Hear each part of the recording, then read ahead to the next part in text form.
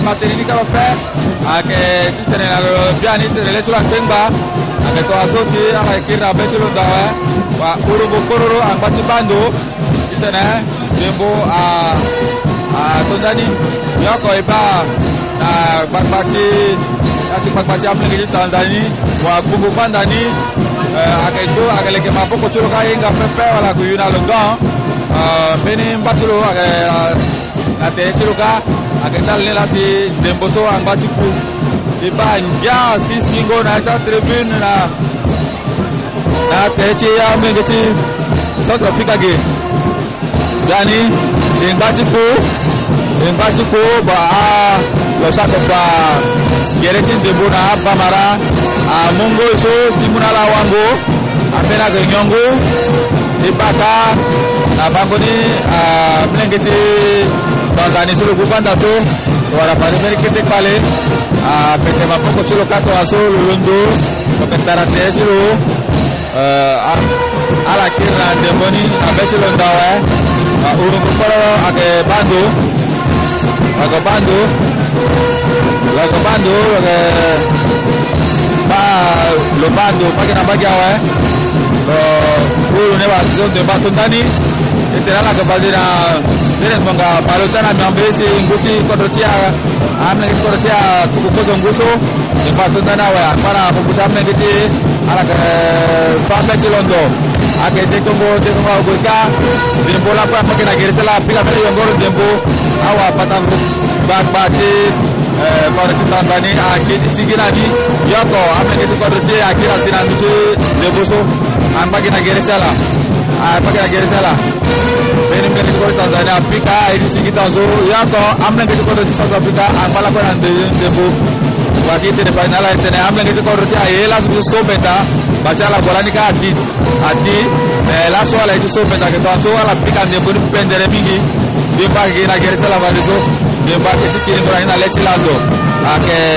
dembo ti tandara so apatango wa kubu panda ti kodoti Tanzania agati pika lo pika we dembo alundu aombe chilondo ati na sese na gerete bene mene ti kodoti ake tonga so rona bene mene ti Tanzania guru terida atene fotna kete mene ti kodoti Tanzania ake amne ti kodoti ze kirata pika ni dembo so ake tonga so loso molongo to ko so lo pika ni mona dembo so agwe asina loso molongo to lo baloti ti kodoti Tanzania lo mona bene mazo ti kodoti Tanzania ala yoro tonga so loso molongo to lo gumba ti kodoti Tanzania lo garanti dembo so yaka mlengeti wa patango bakati kodoti amun dembo so alo bati wa uru para fate ake beni forta si asara fate na ndotime mlengeti kodoti ka ake lembe jofra solo kupata tikoroti lala kupika ni bosolo ba lo tena azoni ana pusu kara kira pukolo kubando puza bugolo bando loga lopika nyumba obeti lo tonga so gere samle kete Tanzania apara gere sala age kui ala muna patala ayor tonga so mle kete koroti asitawe nyumba sikige nyumba tike kwa ina lechilando kamle kete koroti tena la tena amle ngeti kodoti ye tite demboso ala ganyeni akato si debore akake la kwena yere chala aka pika debo pendere mingi akato ka si ala saga chipa ko debo akapika kama poko na lichala pendere mingi ba debo na pati ko tonga so mlango tilo kusholo pika ombe chilondo si akwe asina mlege pana ko pati Tanzania asina bechilondo paso molongo balako na ko muna loso mlongo tilo ke miambe giche mlenge tiko do sila ko bando lo kirna ni dans sonalo asina molongo balako na use na capitaine ke Enza asina lo yor tonga suna loso molongo tilo ko usio demba balako na bechilondo gina gerchi mlenge tiko do tie ake tonga susi amlenge ci Tanzania tarati sigina ni kete apika mbene yongoro ndembo tonga su on yongoro na tereti banda ci kodoti Bertrand biba na pokoti ngwa koso amlenge ci kodoti ambati sana ngangu ci tena ala zambenida 45e minute de jeu déjà avec 3 minutes de temps additionnel. Vous avez vu sur votre petit écran c'est toujours l'équipe centrafricaine qui a l'avantage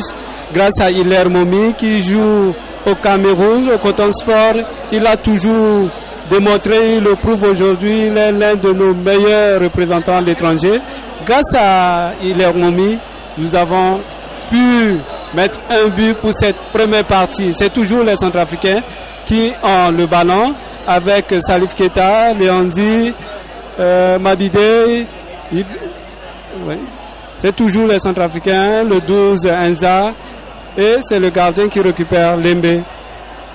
Il dégage Chancon, Souchon. Les Centrafricains aisément essaient de faire passer le ballon. Là, c'est une faute au profit des Tanzaniens. Un ballon qui va être remis sur le jeu par le 15 tanzanien. Récupéré par Salif Keita. Enza, il dribble. Toujours les Centrafricains, Leonzi. Il essaie de trouver Mabide, il n'arrive pas. Le capitaine Enza qui va laisser à Souchon, le 25 Centrafricain qui joue en France. Toujours les Centrafricains avec Foxy qui laisse à Enza, qui remet totalement dans l'autre camp, dans notre camp, récupéré maladroitement par le 9 Centrafricain, Balamandi.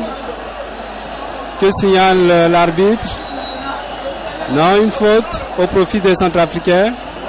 Nous voyons Mabide, le 13 Centrafricain qui essaie d'arranger David Manga, qui remet sur l'aire de jeu. Toujours les Centrafricains Foxy. Il essaie de trouver Momi, n'arrive pas. Le gardien tanzanien se dégage en catastrophe. Toujours 1-0 au profit des Centrafricains. Un but qui est intervenu à la 38e minute grâce à Hilaire Momi. C'est la fin de cette première partie. Une première partie dominée par les Centrafricains qui ont marqué 1-0 malgré la pluie qui a rendu le terrain un peu impraticable. Le terrain était difficile pour les jeunes Centrafricains, mais malgré cela, ils ont pu marquer. Et donc, les Centrafricains, pour cette première partie, gagnent 1-0. Parlons d'autres disciplines. Nous allons vous donner la composition de l'Afro-Basket, la République centrafricaine, la Coupe Yassito qui va se jouer à Madagascar au mois prochain, au mois d'août, je voulais dire. La RCA est dans la poule D avec la Tunisie, Togo et le Rwanda. Et donc, avec cette poule qui est un peu prénable pour la RCA fera une bonne figure pour cette Afro-Basketball. Max Tembene. Nous avons fini la première partie. Yani kojo kapati nombosa mjawa tongalati sola inga a bamarati kodroti atuku ndembeso ngu ako na liti amonengeti kodroti Tanzanie amena zo alimbiti tena tena ndembeso fadeso a bamarati kodroti ya zingo aketongana iso munju franza ira tena azar mebuba Bertrand bitele ake azar pepe tenti tongana mabana yati bumbiti amonengeti bamarati kodroti ala pika ndembo na kodro wande mingi mamu tongana wagumo banda so ili tula kelembe lokena France na Sedan mamu Souchon solo que jenga na Étoile FC mamu zotongana David Manga le jeune à Munich na mbegeti Allemagne Salif Keita le kena US Bitam na mbegeti Gabon mamunga Ansite Franke solo nzoro koti bongo bala konako le kena Étoile FC na mbegeti Cameroun Isa Eloge le kena 3 na France Leonzi Romalik le kena US Bitam na mbegeti Gabon kete vraiment Foxy le kena Hongrie nga Mabide Vianney solo que pika nebo na mbegeti Maroc Balamondi Josué solo que na Reims na mbegeti France nga na Hilaire Momi solo que na Coton Sport Garwa na mbegeti Cameroun sotu fatene amuli ngeti kodoti ayeke na kodo wande ala mu kodeti tango ndembo na kodo wande sala ganani ayeke azar pepe izingo wa na mini so limiti te fanati ndembo so maba abba marasi ayeke na lilimbati ala pika ndembo tindangoro fani ota amuli ngeti Tanzania kena ni para ala pika mangoro tindembo so iretene atil cadre ota so na yani ako aga ngi sotu fabiana tene ayeke tan tembo si le seul que fait condamner de mon amour n'engage contrôler so avec mon n'engage contrôler France sur le Jules Accorsi tenez tu sur le que la contrôler sur que fait de continue de mon amour n'engage contrôler le fan natal gani à question une petite épique ça qu'on a lini une de nos bamarati tenait à la mbate on a souci à la que pique en émotif tenait ils sont bénéfiés ye ngumingi nguo tangu oshombati na ndembeso Maroc abato yani tongana iko isobenda kinangu akona para ikitongana deuxième mais to isongu okuna para ikiti premier donc so ikigona dawa ikina ipati mene binga blinga tu contre solo non poto le kena contre tina ndembeso eritulo le wano ko fateritulo sale toki yani sale toki nous a pas pika mo keke na babati pika ndembo mo bati ndembeso tongana. Merci mingi tatmi